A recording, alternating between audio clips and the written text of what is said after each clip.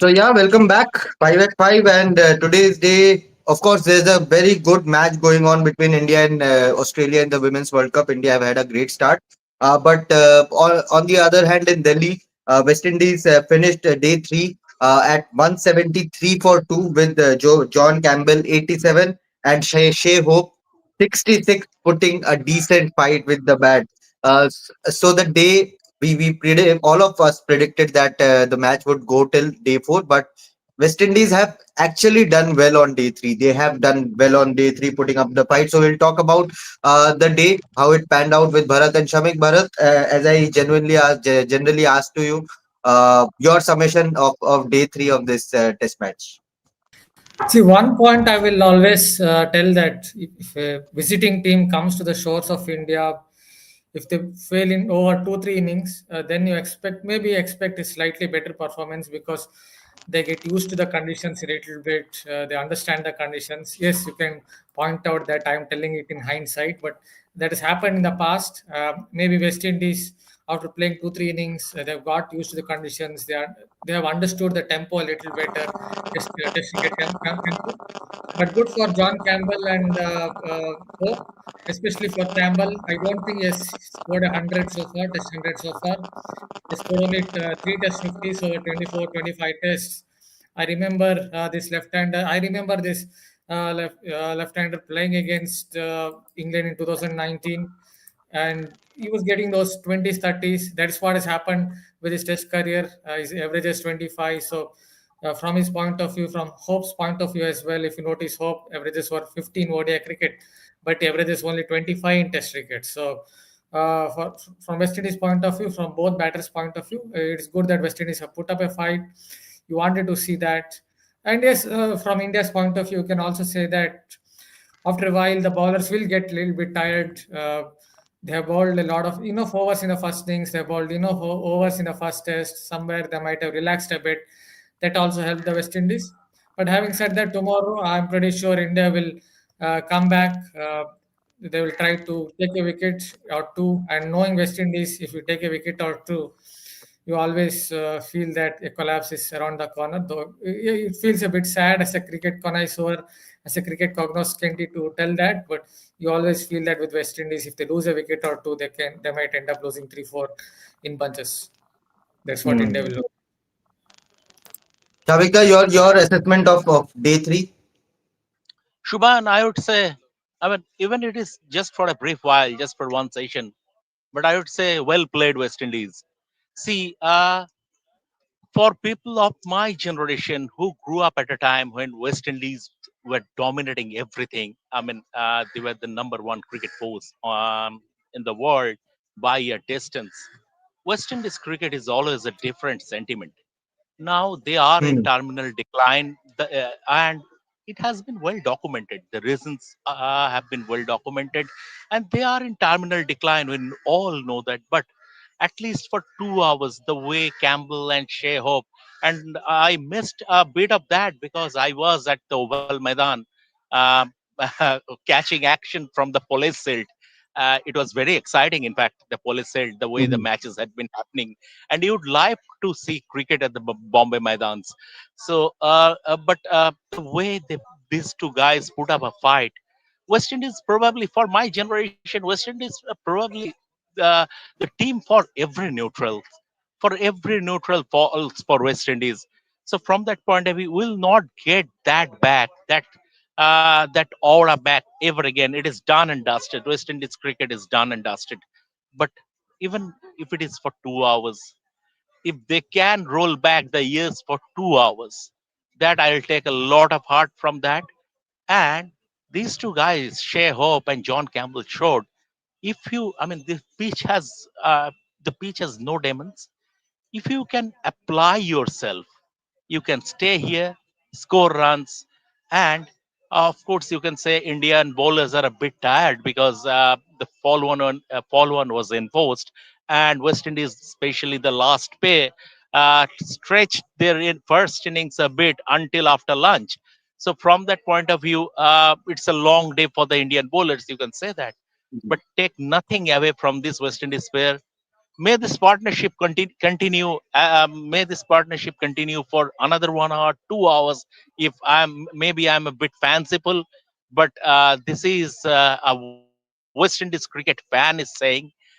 So from that point of view, it would be great to see both of them going on and scoring big hundreds. I'm very, very skeptical that it would happen, but I hope it happens.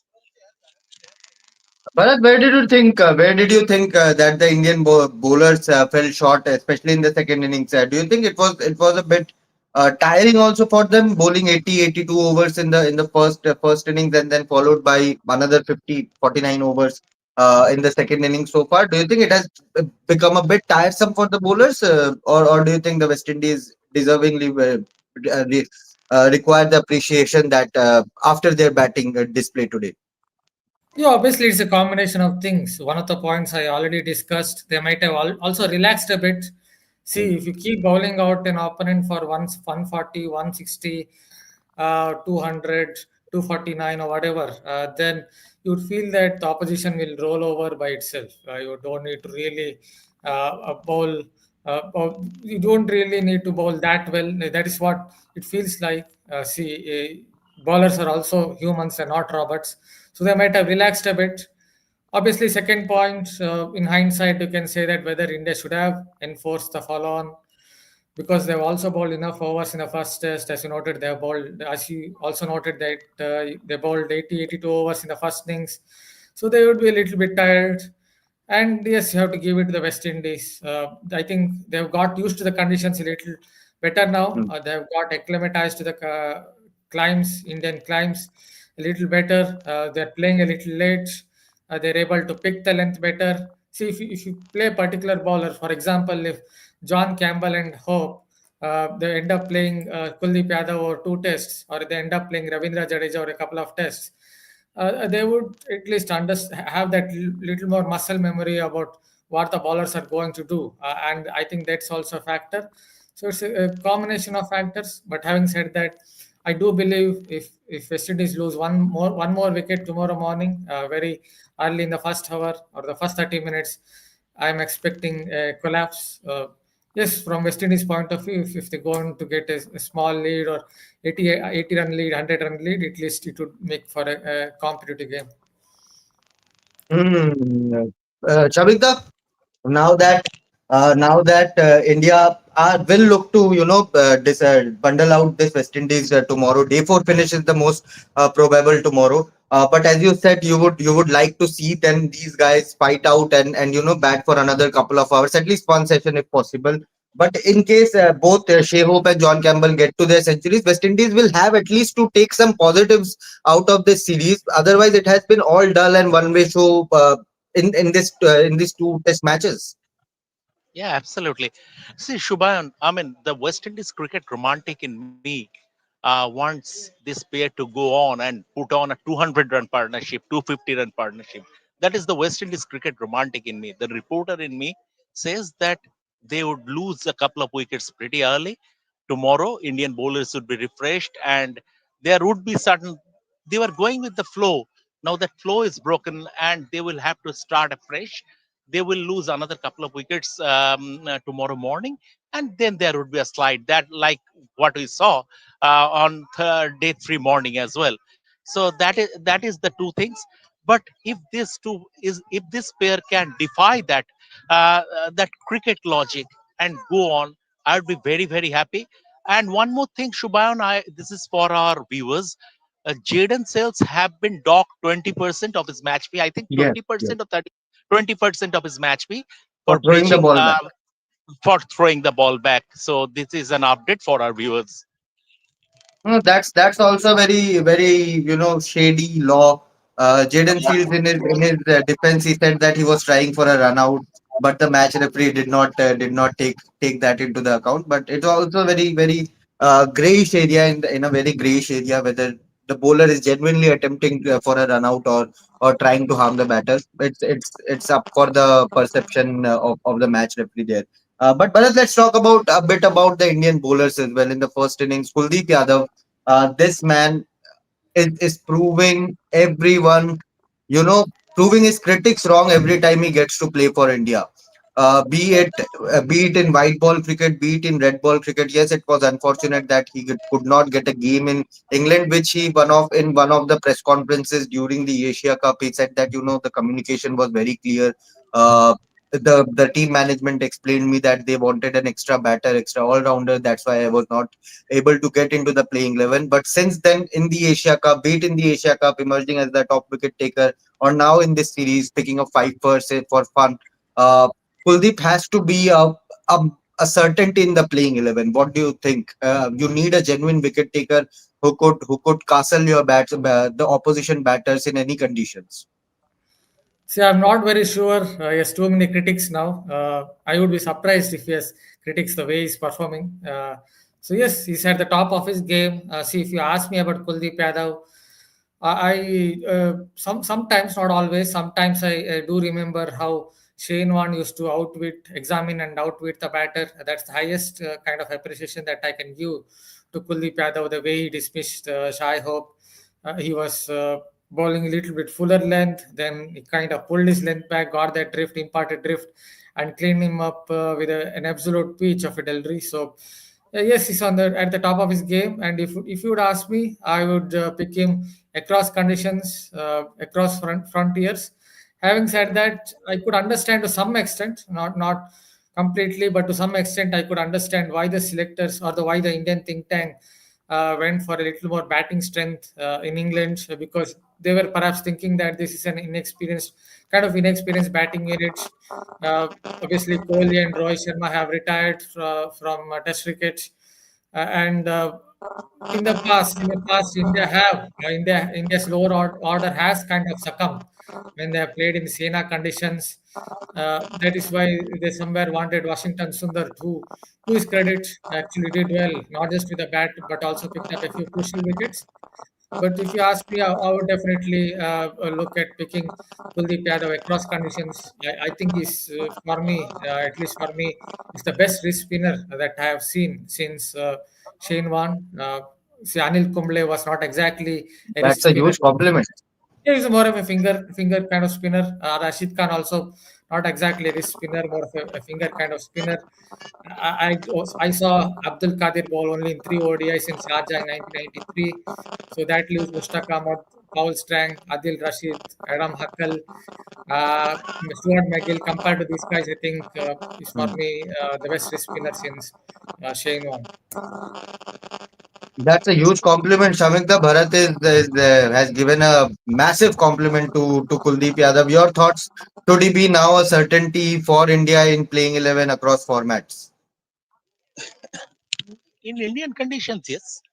Hmm. In overseas conditions, England, New Zealand, South Of Africa, course, you don't Australia. play two spinners there. You don't play two No, spinners and you prefer an off can't one all. you Yeah. can't play Kuldeep in those conditions because you have to strengthen your batting order because you don't have a stable number three to start with. Shai Sudarshan is getting into the group. He has not cemented his place. There will be another middle order vacancy. You have to juggle between whether you will play once Rishabh is back, whether you will play both Rishabh and Group Jurel, or you will bring on someone, a specialist like Devdutt Padikal, for example. So that is Hmm. so given pros and cons, and I think it would be playing Kuldeep in those conditions. And I spoke to one of the Indian team members. I mean, insider, not members, insiders, I should say, after the England Hmm. series, and I categorically asked him that how close was Kuldeep in terms of playing in England. He said Kuldeep was actually very, very close to playing in at least three test matches. But the Hmm. problem is that we had to fill a Virat Kohli sized hole. It was not easy. Number four, Shubman decided to bat at number four.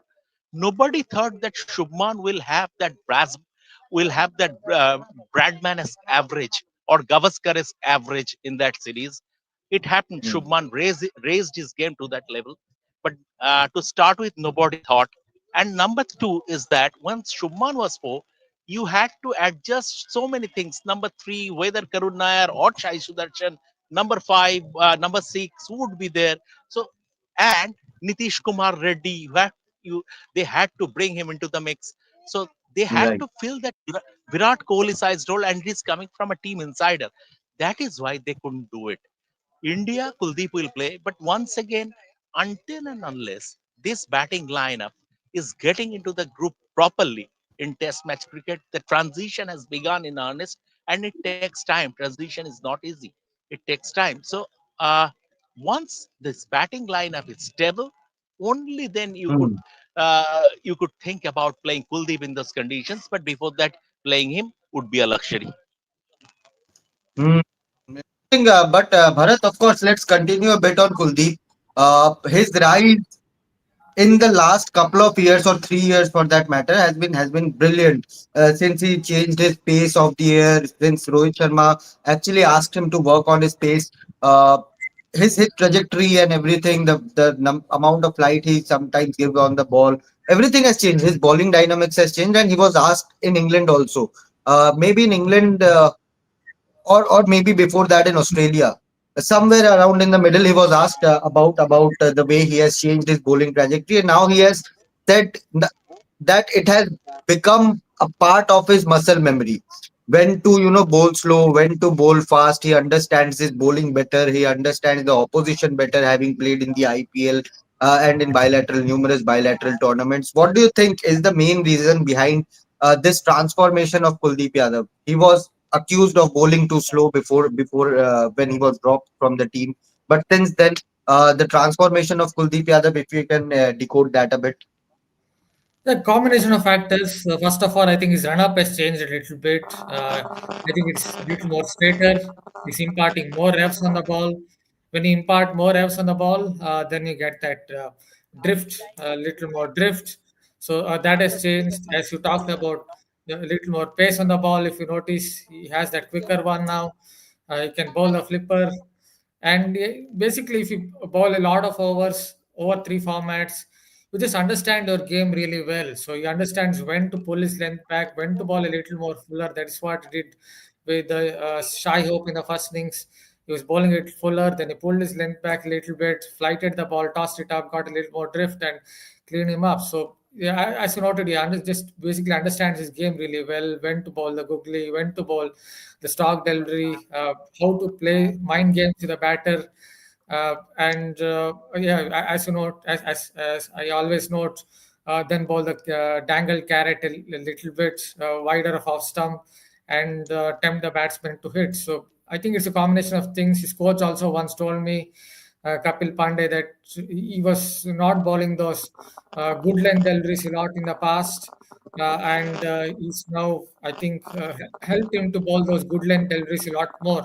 He was either too short or too full, especially in T20 cricket. What used to happen was as soon, or in limited overs cricket, ODI cricket, as soon as the batter would go after him, he would start bowling long hops, shorter in length, and then he would be smashed around the park. So I think that is where he's improved. Even if a batsman goes after him, he's able to.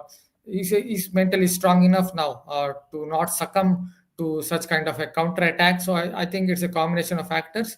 Just want to add one point about India touring New Zealand.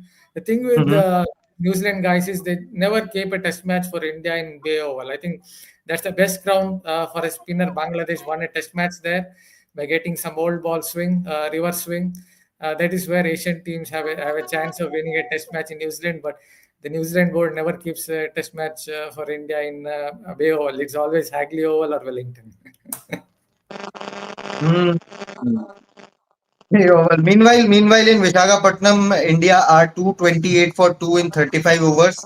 Unfortunately, both Pratika Rawal and Smriti did not get to their centuries. Harleen Deol is batting at 35 of 35, whereas she is joined by Captain Harmanpreet Kaur, who is batting at 19 of 13 balls. So India are on front foot attacking.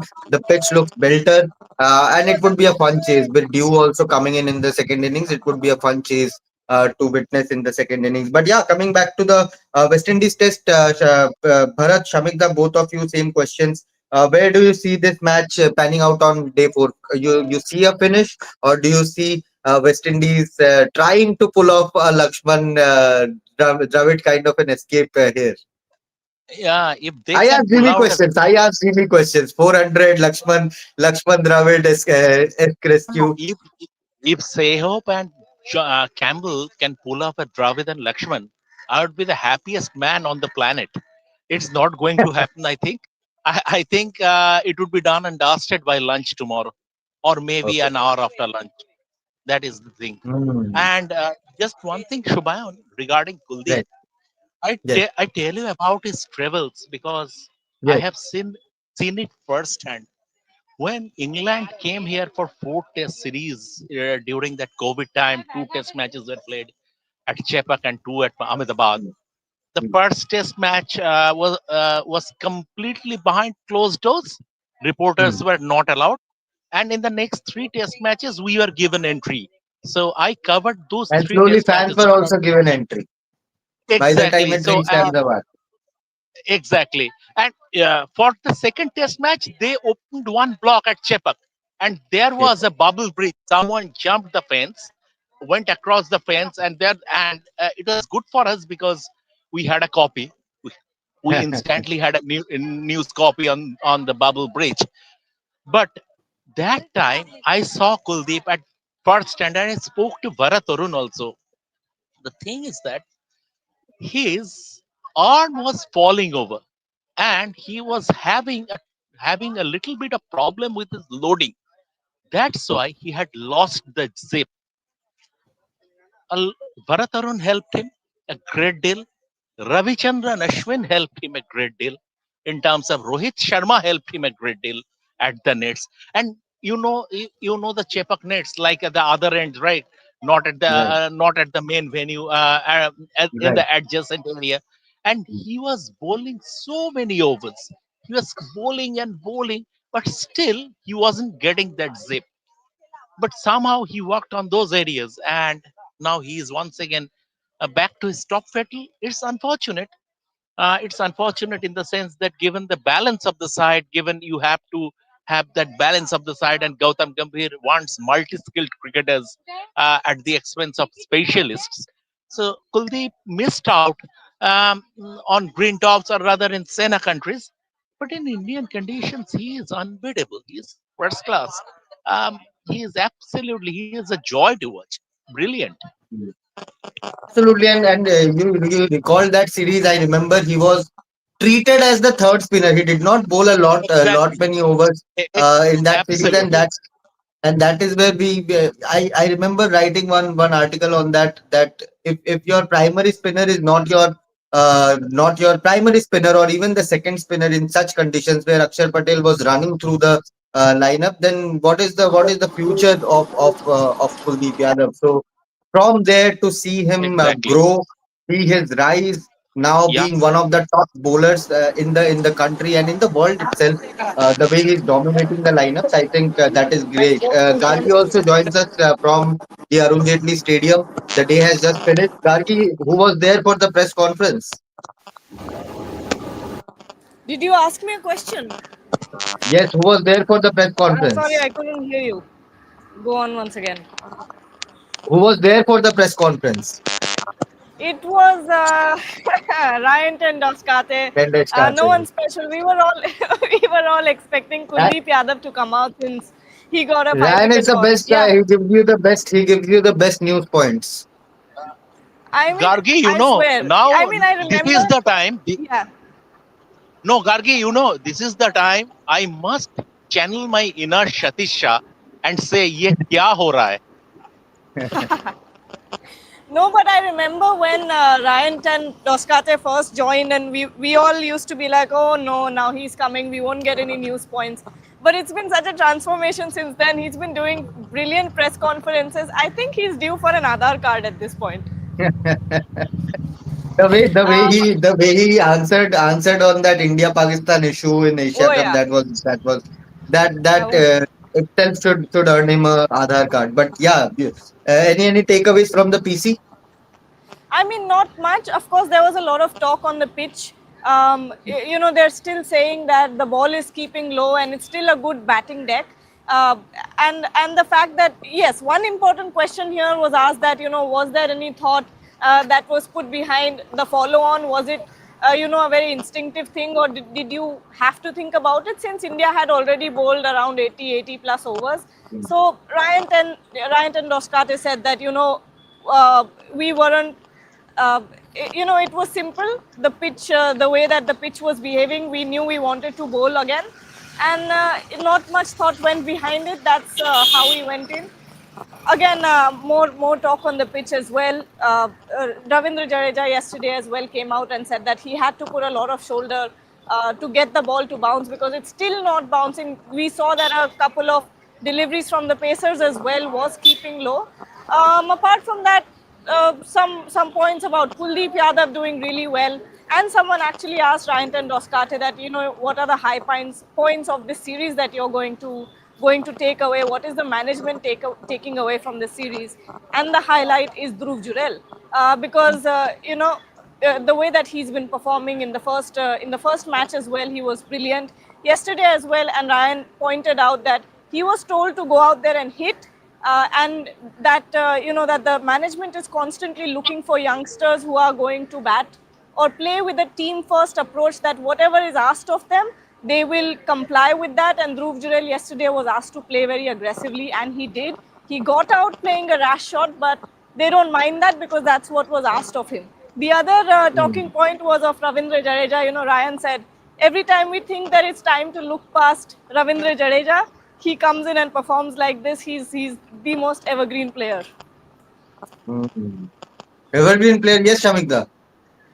Shubhayan, I have a question for Gargi before I take your leave because Please, please, Gargi's match report is lying unattended. I will take that for Reddit. please, please, please. Gargi, I have a question for you from the press conference. I mean, did Brand Tendoshkar say anything about Bumrah? I mean, was it a conscious decision Hmm. to give him just 4 5 overs in the second innings just to manage his workload?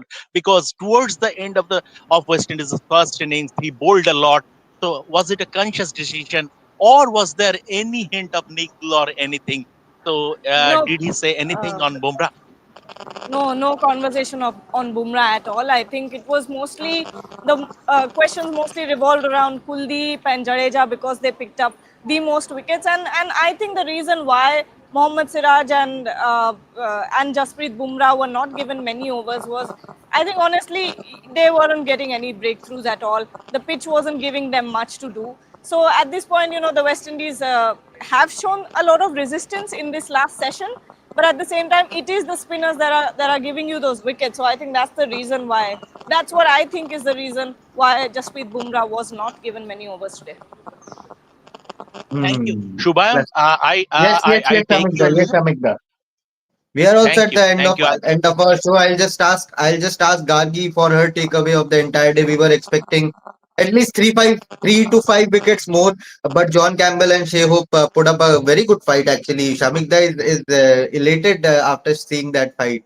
Uh, how did the press box react to it, and your thoughts on that partnership? A much needed positive note for Oh, the West Indies definitely team. much needed. I think they found a silver lining. Of course, West Indies is not going to win this game. John Campbell came out for the press conference and You never know. said There's a that there's a meme going around that John Campbell and Shea Hope are VVS Lakshman and Rahul Dravid at the end of day four. But John Campbell, came out and said they're still optimistic. They said the match is still on. Now they can stretch it out, yes, but there's no chance of West Indies winning from this point, obviously. But that was a good silver lining for the West Indies to find. When we talk about the press conference, I will be very, very honest and say that a lot of people were finding it difficult to stay awake at one point in the game because it was quite an uneventful day. Nothing, Mm. was really happening that gets your adrenaline up. Nothing on the field was sort of pulling you in at that point. Even the crowd, come on, this is a Sunday. It is a very pleasant day. The weather is nice. It's not too hot. Only 15,000 people in attendance. And that is surprising because the Indian team is playing so many superstars out there. And the culture in Delhi is that there are a lot of grounds and empty spaces here in the city. So everyone goes out there early morning, plays cricket. Mm. I saw a lot of things, a lot of people playing cricket on the way here. But then I come to the stadium and see that the Indian team is playing to a nearly empty Arun Jaitley Stadium. So that's the dichotomy of cricket right now because this series is not getting many eyeballs. But yeah, the partnership was the silver lining for West Indies, and I think they should take a lot of positivity from it. Um, Another day four. Not many people are stoked about the fact that they will have to come to come to the stadium tomorrow morning. While there is an office rush, so much Hmm. traffic to deal with. Everyone thought that it will end on a Sunday. No traffic on the way back. No traffic on the way here, but that did not happen. Now, good thing is that the stadium is well connected with the metro just Yes, around the yes. corner. So that is a silver lining. But yeah, if someone is coming from Dwarka sector, then they will have to face a lot of Me. rush. A lot of rush, especially in the morning hours. It's even from if someone is coming from Noida sector also, it's plenty of rush. But yeah, our colleagues from other organizations will have to understand that not every test match is an India England test match. We don't get that often. That was a rarity. What is happening here? It's pretty common. You will have to face when the opposition batters are playing a slow, sluggish, very rigid, You know, very Shivang, uh, yeah. it's funny because the crowd was trying to entertain themselves. Because at one point it got so quiet, it was surprising, and random chants were going around. Once the crowd started yelling DSP, DSP. So Hmm. that was that was one That's of the funny points, and you know there were a few funny points happening on the field as well. Sai Sudarshan was fielding at silly point, short leg, and then suddenly he's wearing his entire gear, helmet, and everything, and he's put on a 30-yard circle, and he's still yeah. wearing all of his equipment, and he's feeling like that for a couple of balls. So you have to find your little moments where you can still connect to the game and not get completely bored, let's say, and that's what That the that is crowd where was trying to do. I feel that someone from the Indian team will have to take up that Virat Kohli role of entertaining the crowd or Yes, playing the crowd. Playing the absolutely. crowd. That is something which kept Test cricket alive at its lowest point. What do you think, Bharat? You see any character from this Indian team who can take up that role and entertain and play along with the crowd? Pant. Only Rishabh Pant, Pant, I yes, guess. very good sound. Very good sound. I will remember a joke. I think it was here at Chinnaswamy only, or maybe it was in Anantapur. I don't remember. He was playing the Dulip Trophy game, Hmm. and yes, I think it was at Chinnaswamy only. And he ended up telling to the opponents. I think he was playing for India 8. Told the opponents India C where to keep the fielders. So he was basically Ha, telling the ha, opponents ha, ha. where to keep the fielders. It So was India Bangladesh Test yeah, match. okay, okay, okay. He did it in Chinnaswamy also here Ah, when India played okay. against India C. Hmm. So India B. That day also he did because I was at the stadium. I remember. So I think that kind of a jovial character it could really help when he comes back to the test setup. Yes, Hmm. maybe tomorrow if Kuldeep Yadav or someone else runs through the West Indies batting lineup, the crowd it might keep them, it might keep their energies up. But having said that, when India play West Indies, obviously there would be sessions where it feels like for fans you have to just grind it out. It's kind of a boring session. Let's take Gargi's prediction of who will run through this West Indies lineup on day four. Kuldeep has been the star so far, but your thoughts who can be the I think man it's tomorrow? still going to be Ravindra Jadeja. You know why? He does not give those batters any time at all. It has Now, happened multiple times that he's already running in and they're just standing there. I mean, they have just gotten on the crease and the umpire has to hold Ravindra Jadeja. That give them a second, give them a second, wait a second now. But he's so good at breaking the concentration of the batters with his rhythm.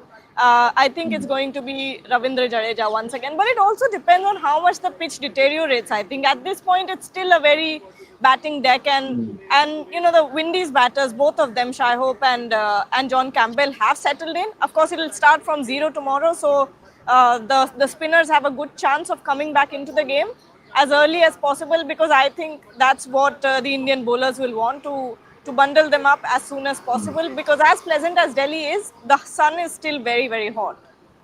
Yeah, if they finish the match by tomorrow, they will have at least one additional day off before flying to Australia. So that will be a good sign. Swapnil, do we have any questions? India women are current. Oh, I might have just jinxed them. They are 243 for 4. They have lost both Harleen Deol and Harmanpreet Kaur. Harleen Deol for 38, Harmanpreet for 22. So sorry for that. Also, Hi, Jinal Shwanga. Women's World Cup. Just one point. I think Yes, yes, that yes, particular game, in Vizag, you get a lot of dew in the second innings because of the kind of yes. humidity there.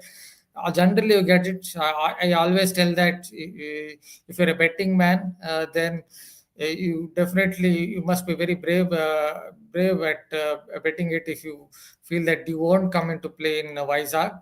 So considering that maybe the Indian team is looking at a score of 360 or on those lines, that is why they're trying to play that. 360. Yeah, but when I told it when India versus 225 for 225 for Okay. 234 overs because 16 overs. I now fear 245 for five That's what I'm for saying. four in 38 overs. Hope they reach the 300 mark.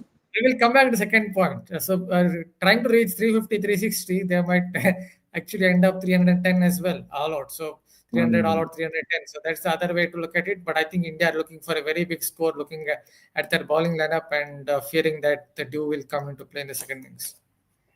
Good thing is that Australia's top order has also not clicked that well in this tournament. Yes, Beth Mooney's century we all remember, but they have also not clicked as a batting unit. At least their top order. Amit is saying But Ryan should batting be unit, named Ram Narayan Deshpande now. but their batting unit goes right until Alana King at number 10 and Megan Skett also can bat a bit. So Yes, yes. everyone They batting bat till 11. They bat till 11. So that is something. Even if you ask Kim Gard to come and play, she will come and bat for you. Ashley Gardner, to her century was brilliant. The way he scored. Sachin Chaudhary is asking him if somehow West Indies is able to score more 200, 250, it will make this test match interesting. 200, 250. Is that a possibility? What do you think? I don't think so. I think this is, like I said, I've been calling it a silver lining, but it's not going to be every day that you see a session without a wicket. It is very rare for West Indies from here on to, I think, get 200, 300 runs more. I think that's a very unrealistic total that they would look at. But again, if they come out tomorrow, Campbell and Hope get some more resistance, then that's great for them. That would be a positive for them for sure. But Indian bowlers are far too strong for them to Hmm. score that many runs without a wicket. India India women's top order and West Indies batting finally woke up today. Yes, that was much needed. Much needed for Smriti and Pratika at least. And hopefully, Jemmy, Richa, and Deepti, followed by Amanjot also will finish it up well for India. They need at least. Bharat was saying 350, 360. I think they're that aiming was for a it. bit. They're aiming for That it. was when Pratika and Smriti were batting. But right now I would be elated if they manage to score 320 from here. From 320 still would be a very fighting score given that Australia's batting has not clicked. But let's see how things pan out here. Of course, Srisha and Snehashik will bring you the updates from Visakhapatnam also. Gargi joined us from Delhi. Thank you, Gargi. Thank you, Bharat. Shamikda also, who left to attend Gargi's copy match report. So stay tuned. Thank you for watching. Like, share, and subscribe, and keep watching. Thank you so much.